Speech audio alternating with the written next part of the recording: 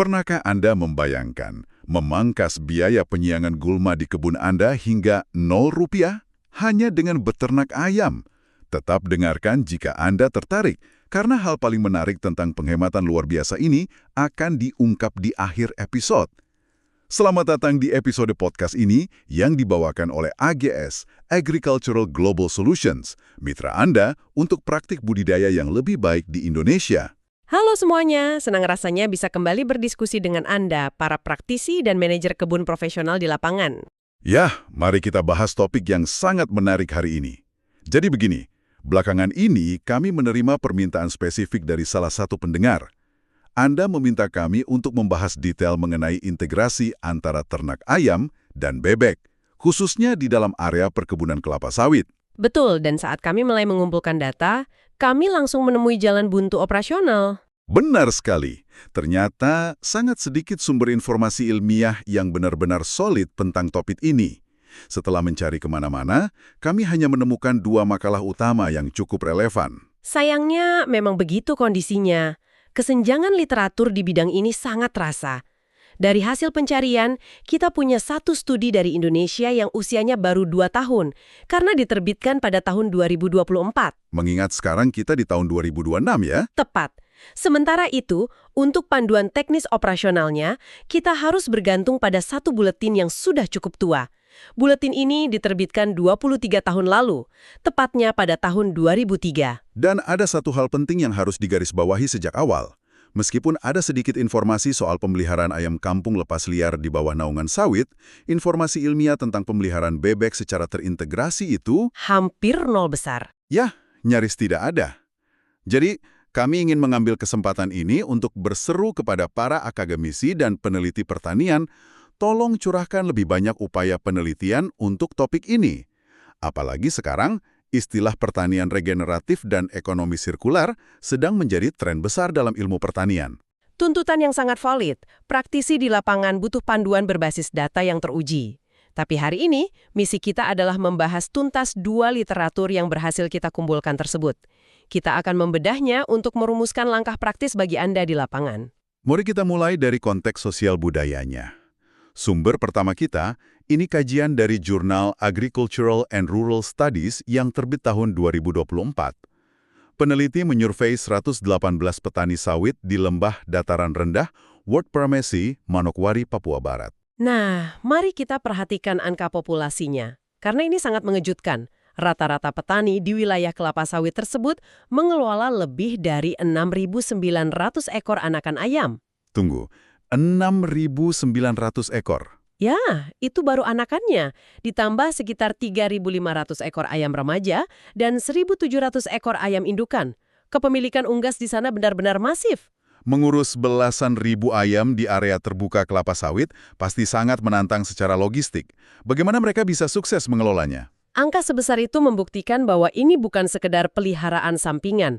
Menariknya, penentu utama kesuksesan integrasi skala masif ini justru bukan tentang formulasi pakan.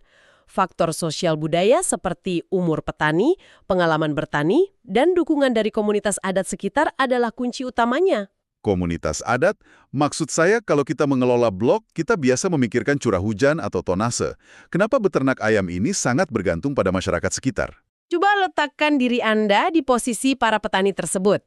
Anda memiliki belasan ribu aset hidup yang bebas berkeliaran.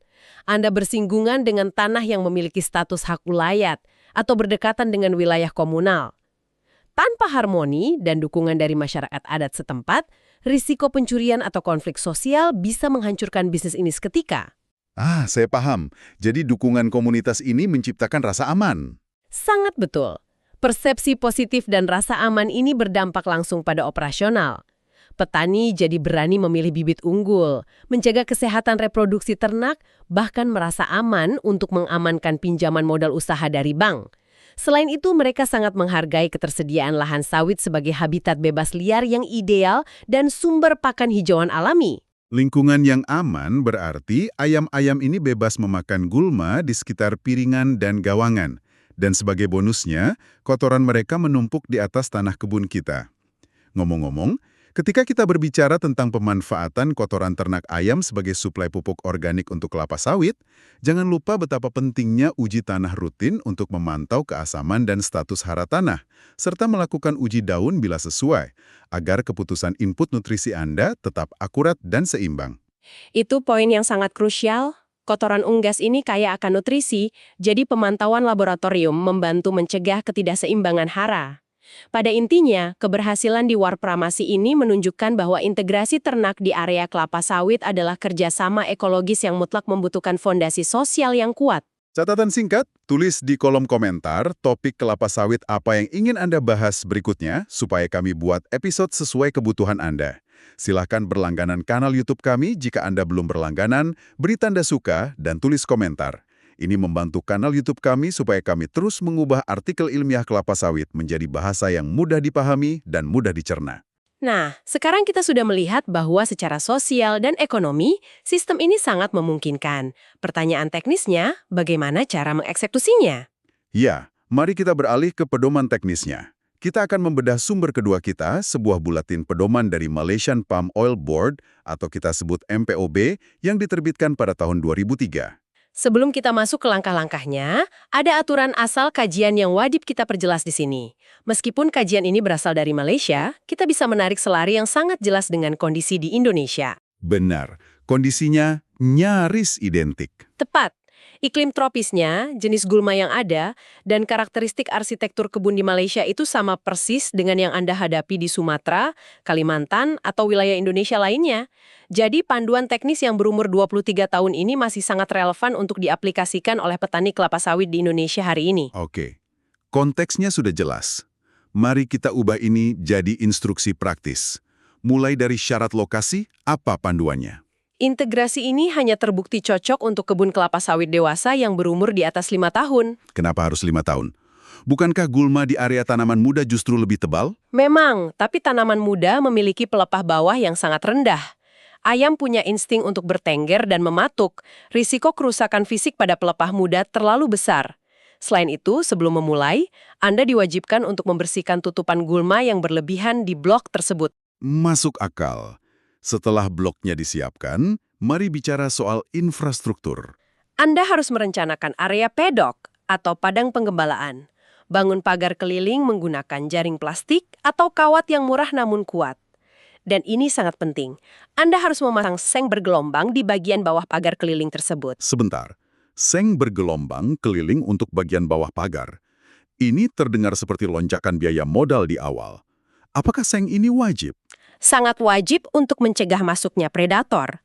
Di kebun kita berhadapan dengan biawak, ular, atau anjing liar. Jaring kawat saja bisa digali dari bawah, jadi seng bergelombang ini adalah tameng mekanis Anda. Selain pagar, buat juga sumur air tanah di lokasi, dan siapkan satu kabin kontainer yang bisa dikunci untuk menyimpan pakan dan peralatan. Demi keamanan ternak, investasi awal ini sepadan.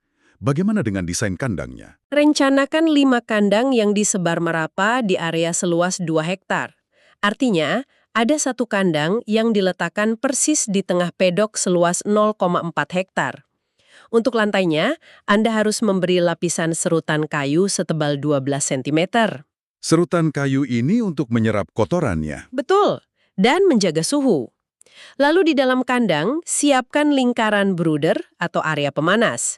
Buat dari kayu lapis berdiameter 1,5 meter, dilengkapi dengan pemanas gas dan lampu badai darurat sebagai cadangan. Infrastruktur sudah siap. Sekarang kita bicara soal memulai siklusnya. Bagaimana prosedurnya? Anda harus membeli day old chicks atau biasa disingkat DOC. Beli dari pemasok terpercaya dan pastikan mereka sudah divaksinasi penyakit marek sejak awal. Penyakit marek ini sangat fatal kan? Ya, sangat mematikan dan menular cepat pada unggas. Makanya vaksinasi adalah syarat mutlak. Mulailah dengan 1.000 ekor DOC per batch. Anda bisa memasukkan 1 batch DOC secara rutin setiap bulan untuk rotasi. Mengelola DOC yang baru tiba pasti butuh perhatian khusus. Mereka stres setelah perjalanan panjang menuju kebun. Tentu. Penanganan awalnya sangat spesifik. Saat DOC tiba, jangan langsung diberi makan. Biarkan mereka beristirahat selama 1 jam di dalam lingkaran brooder. Setelah itu, beri air minum yang dicampur vitamin anti-stres. Tunggu 1 jam lagi, barulah berikan pakan yang sedikit dilembabkan dengan air agar mudah dicerna. Detail yang sangat praktis. Kapan mereka mulai bisa dilepas liar untuk memakan gulma? Fase lepas liar dilakukan bertahap. Buka lingkaran brooder saat ayam berumur 5 hingga 7 hari. Kemudian, saat ayam berumur 10 hingga 12 hari, mulailah melepaskan mereka ke pedok pada siang hari. Tapi ingat, Anda harus menggiring mereka kembali ke dalam kandang pada malam hari. Rutinitas yang ketat. Lalu, kapan waktu panennya tiba? Ayam dipanen pada umur 13 hingga 15 minggu, saat berat badannya sudah mencapai target komersial sekitar 1,5 hingga 2,0 kilogram. Nah, ini membawa kita ke janji kita di awal episode. Dampak ekonomi dan keuntungan finansialnya. Bagaimana kalkulasi dari 0 rupiah biaya penyiangan ini? Fakta keuntungannya begini, ayam-ayam ini secara aktif mengkonsumsi rumput dan gulma setiap hari. Mereka bertindak sebagai agen pengendali gulma biologis. Studi MPOB mencatat, setelah 2 batch ayam dimasukkan berturut-turut ke dalam pedok yang sama, petani dapat menghemat 100% dari total biaya penyiangan. Luar biasa. Jadi, ayam-ayam ini menggantikan tenaga kerja kasar untuk penyiangan kimia menggunakan herbisida maupun penyiangan manual. Tepat sekali. Dan sebagai bonusnya, kotoran ayam yang berjatuhan di lantai kebun menjadi suplai nutrisi alami. Anda mendapatkan pupuk organik gratis dalam skala ton per hektar, langsung diaplikasikan ke tanah tanpa biaya tebar. Tapi mari kita bahas realitas operasionalnya. Mengurangi biaya herbisida itu hebat, tapi kita sekarang punya ribuan ekor ayam yang butuh perhatian. Betul, ada kebutuhan tenaga kerja di sini. Pemeliharaan ayam lepas liar membutuhkan perawatan 7 hari seminggu. Dibutuhkan pekerja penuh waktu. Namun efisiensinya sangat tinggi, karena 1 orang pekerja saja mampu merawat hingga 5.000 ekor ayam sekaligus. Jadi beban kerja bergeser dari menyemprot bahan kimia menjadi mengelola rotasi ayam dengan hasil ganda berupa daging komersial dan pupuk organik. Nah, untuk menutup pembahasan teknis ini, apa satu tindakan nyata yang bisa dilakukan pendengar kita untuk besok? Lakukan survei kecil di lahan sawit Anda besok. Pilih blok yang berusia di atas 5 tahun. Ukur satu area seluas 0,4 hektar dan hitung rencana anggaran biaya, atau RAB, untuk kebutuhan jaring kawat dan seng bergelombang bawah. Angka ini akan menjadi modal awal Anda untuk memulai uji coba dengan ayam. Target tindakan yang sangat jelas. Nah, sebelum kita berpisah, ada satu pemikiran provokatif dari pakar kita terkait minimnya literatur tentang bebek yang kita bahas di awal tadi. Ya, mari kita renungkan ini. Bebek memiliki kebiasaan mencari makan yang sangat berbeda dari ayam. Mereka sangat menyukai area lembab dan rakus memakan keong atau serangga air. Bayangkan, jika kita bisa memanfaatkan bebek untuk secara spesifik memberantas hama-hama air yang diabaikan oleh ayam di area rendahan kebun Anda. Ini adalah sebuah wilayah inovasi yang luar biasa dan menunggu untuk dieksplorasi langsung oleh Anda di lapangan. Eksperimen yang sangat patut dicoba. Siapa tahu Anda yang akan memecahkan kebuntuan literatur ini. Terima kasih sudah mendengarkan.